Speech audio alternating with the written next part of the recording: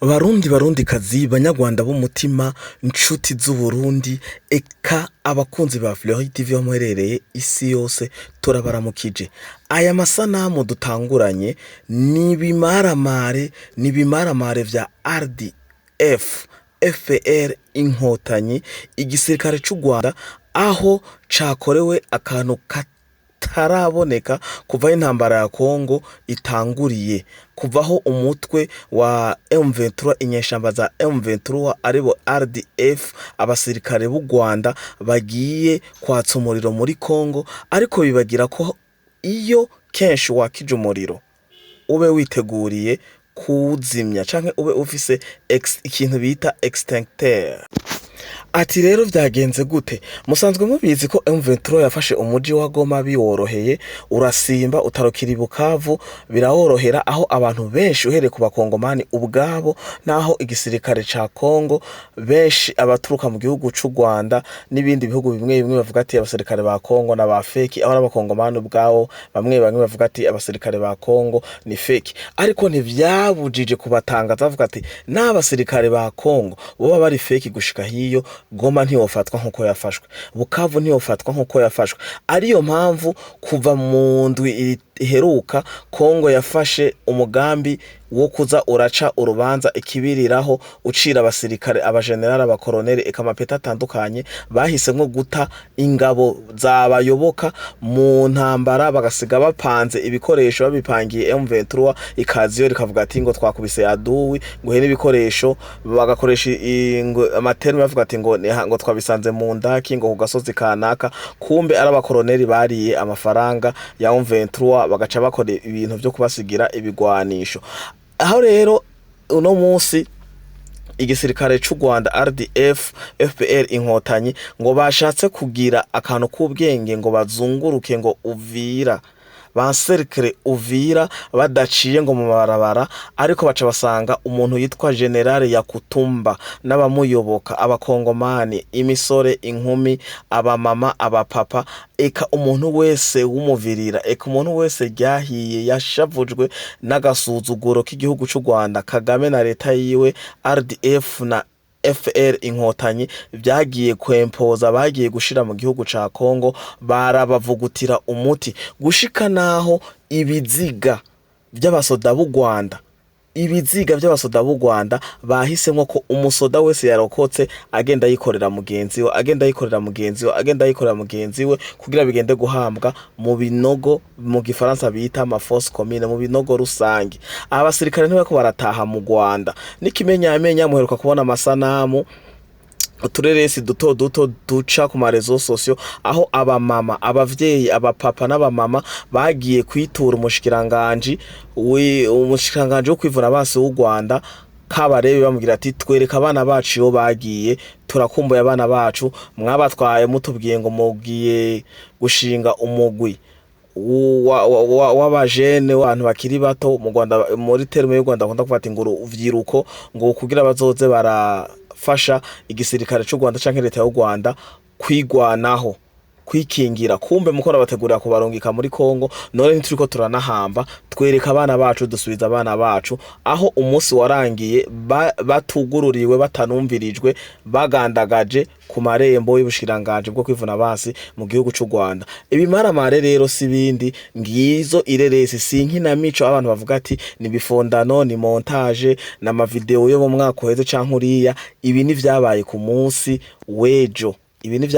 w'ejo, aho Yakutumba n'abamuyoboka bavugutiye umuti RDF FPR Inkotanyi biyise izina, biyambitse ishusho rya M23 kugira ngo bagire conquête territoriale, baje gufata uturere twa Sud Kivu na Nord Kivu ngo vyegukira u Rwanda bakurikira n'amaronko, kuko dusanzwe tubiza u Rwanda katabutare rufise, nta kintu na kimwe u Rwanda rufise rushora hanze vyitirirwa u Rwanda. Ikawa gwashora mu makungu barangura ikawa y'u Burundi baguriye Kayanza, Kirundo n'ibindi bice vyegereye u Rwanda hama bagahindura etikete bakarungika muri leta Amerika n'ibindi bihugu bibayoboka bakayitirira u Rwanda. Ingoma mwarabonye ko baheruka kuzigwanira, banza kubona ko ingoma yabanza kuba patrimoine y'u Burundi, nabo baragiye kudeklara ngo hari ingoma ngo z'ubwoko zabo z'u Rwanda kugira nabo nyene ngo babashire muri patrimoine ingoma, ariko vyaranse. Intore baheruka kubisaba ngo bicemwo, naho nyene ntibiracamwo kugira ngo batange igihugu c'u Burundi, kandi muzi ko intore zatanguriye i Burundi. U Rwanda rufise akantu kameze nk'uko, ariko hari ibintu bimwe bimwe ku bantu baciye ubwenge bitari bo bashobokere. Aba rero n'abasirikare b'u Rwanda bakubitiwe ahantu bita Kazimba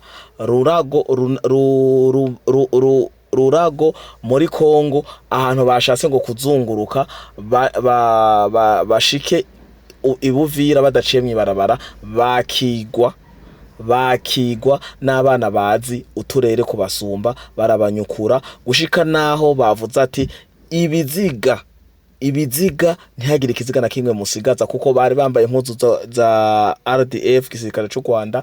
N'abanyarwanda ubwabo bacavuga ati terura gende musuke mu binogo, mugira ibintu bita fosse commune muhambe, kuko no mu Rwanda ntitwobakira, nta naho tworonka twobacisha, kuko abanyagihugu b'Irubavu, Igisenyi n'ahandi henshi ku mipaka y'u Rwanda ruhana na Kongo bari maso. Ubu bari maso, nta kintu na kimwe umuntu ashoboye kubahisha. Hamba hiyo ibigwanisho bataye ni vyinshi. Ibigwanisho murantunga Wazalendo ubu yafashe ihejeje kunoza no kuvugutira umuti igisirikare c'u Rwanda ni vyinshi. Bimwe muko mugenda murabibona mu mashusho, kandi tubandanya tubatohoreza. Inkuru n'izindi ziriko zirabandanya zitohozwa. Nimwirinde kuguma muraba ayo mateleviziyo ngo yabaroki baskovya n'abandi bariko barabahenda avuga ati ngo Rwanda ngo rugiye ngo Kongo ngo yananiwe ngo Tshisekedi ngo yemeye ibiganiro. Nta Tshisekedi ariko araganira n'abateroriste. Irya ni strategie y'abazungu yo kugira babe barahoyahoya, babe baragira ivyo bagira bafuruguta, barabe ko hari ikindi kintu cocamwo, ariko ntibikunda.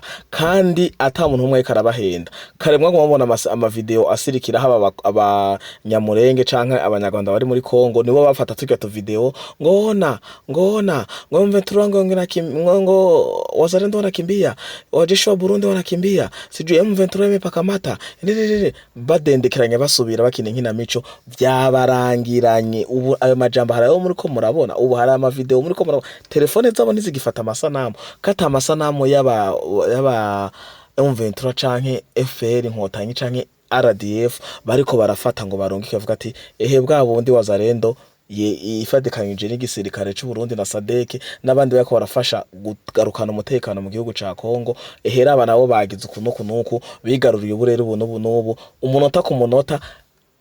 Amateleviziyo nka 50 y'u Rwanda yabafise amakuru, kuko waba abasirikare b'u Rwanda aribo bayabaha bakavuga ati tugeze hanaha mu minota 30 tuzoba dufasha hanaha. Ubu amajambo yabaheranye. Ubu nta nubwo botora ururimi, yaba indongozi za AFC M23 uhereye kuri Nanga ukaja no kuri barya abandi bakurikirana. Nta muntu numwe ugiye kuri Twitter ya AFC M23 bagoma bandika ko ngo mu minsi iza ngo nimwitegure ngo abanyakarere kanaka ngo tugiye ngo kuhafata, ngo nimufate ngo mugure musume ibihagije muzogume mu mazu ntimutingire mumva amasaso ane twebwe zatuje kuza kubarokora. Bavuga ngo kuribera ngo abene igihugu b'abakongomani babayeho ubuzima bubi, ngo umukuru w'igihugu wa Kongo Tshisekedi yababeshejemwo. Ariko ubu nta kintu na kimwe kiriko kirakogwa, ntibasubire kubahenda, nta karere bariko barafata, ahubwo uburere bwose bwinshi bafashe surtout Ibukavu bariko barabuteshwamwo, bariko barapfa ku bwinshi. Mu Rwanda naho nyene manifestation yari ngo yaburijwemwo y'abavyeyi bako barareklama abana babo. Umuntu ataragira subscribe canke s'abone agire j'aime canke like, hamagire comment canke agire ico akomase, agire amajambo yanditse ariko aratangwa n'inkuru. Turabifuriza gushigikira kubandanya twagura umuryango wa Fleury TV kugira tubandanye dusangira twongera dusangizanya amakuru aba atarashira amaguru hasi. Murakoze mugire ijoro ryiza. Ejo ni bwaca tuzozinduka tuba handi makuru, eka no muri rino joro nyene twaronka gishasha turakibashikiriza. Komeza muhanahana ukuri kumenyekane, kandi ukuri ntikwigera kuneshwa, ukuri guca mu ziko ntigusha, kandi umwiza ntushoboye kunesha umuco.